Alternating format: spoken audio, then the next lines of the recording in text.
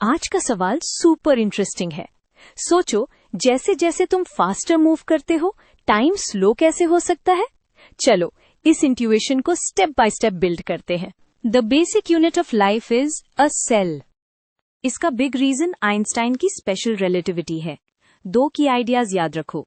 Physics के rule सब inertial observers के लिए सेम होते हैं और स्पीड ऑफ लाइट वैक्यूम में हमेशा सेम होती है, चाहे तुम मूव कर रहे हो या नहीं।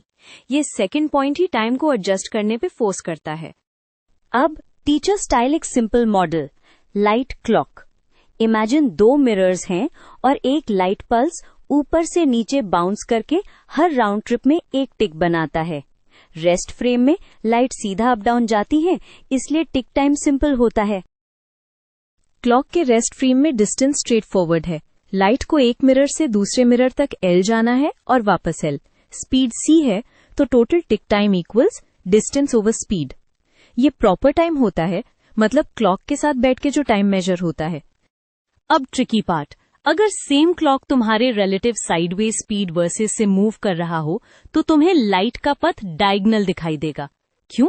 क्योंकि मिरर्स आगे स्लाइड हो रहे होते हैं और लाइट को उन्हें कैच करना होता है।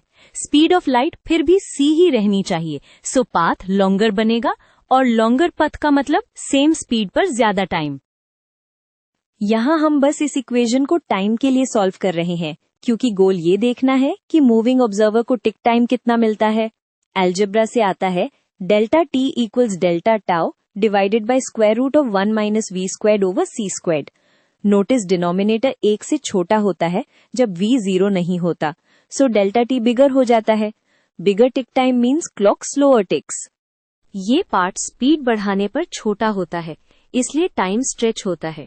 टू आंसर का हार्ट ये है, टाइम स्लो इसलिए होता है क्योंकि लाइट की स्पीड सबके लिए कांस्टेंट रखनी पड़ती है और ज्योमेट्री फोर्स करती है कि मूविंग क्लॉक में लाइट को लॉन्गर पाथ लेना पड़े। सेम स्पीड लॉन्गर पाथ तो टाइम ज्यादा।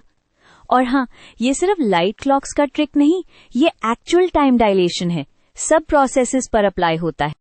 गम्मा को एक स्पीड फैक्टर की तरह सोचो। स्पीड जितनी बड़ी, गम्मा उतना बड़ा और टाइम डायलेशन उतनी ज्यादा।